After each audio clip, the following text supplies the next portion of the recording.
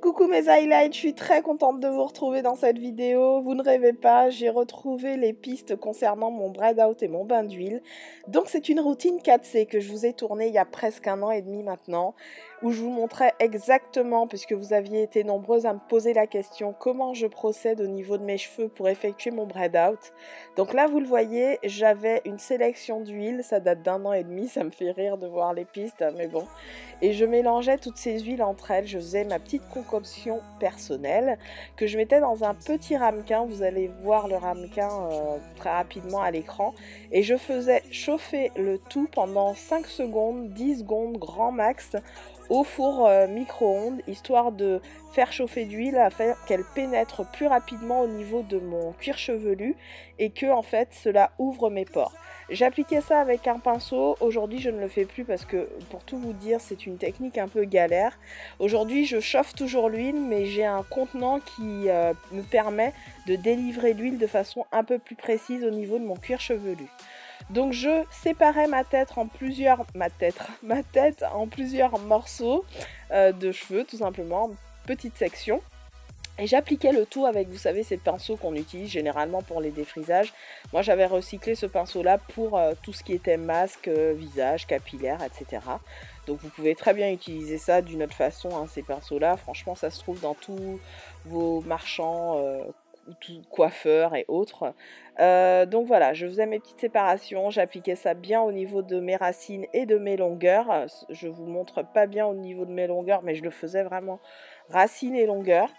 Et une fois que j'avais séparé toute ma tête, vous allez le voir, je vais faire en sorte que l'huile pénètre encore plus rapidement puisque je vais appliquer un bonnet chauffant et je vais chauffer le tout avec mon sèche-cheveux. Et vous allez le voir, c'est une technique un petit peu ancienne que j'ai vue notamment sur YouTube et sur d'autres blogs. En fait, je mets un film plastique, donc un bonnet en plastique, et ensuite je mets un bonnet chauffant. Et ça va pas du tout sécher le cheveu, bien au contraire, ça va vraiment ouvrir les pores et faire en sorte que votre cheveu sue, afin que simplement les huiles essentielles, etc. que vous avez appliquées puissent pénétrer plus rapidement le cuir chevelu et votre fibre capillaire.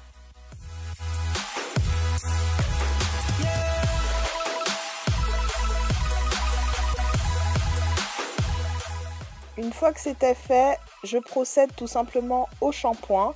Donc là, j'utilisais des shampoings que j'aimais pas beaucoup, hein, je vous le concède. Je vous l'avais même montré et expliqué dans une vidéo favori terminée. J'utilisais beaucoup à cette époque la menthe poivrée que j'appliquais avec un petit peu dans un petit contenant d'eau. Je mettais quelques gouttes de menthe poivrée et j'en mettais au niveau de mon cuir chevelu.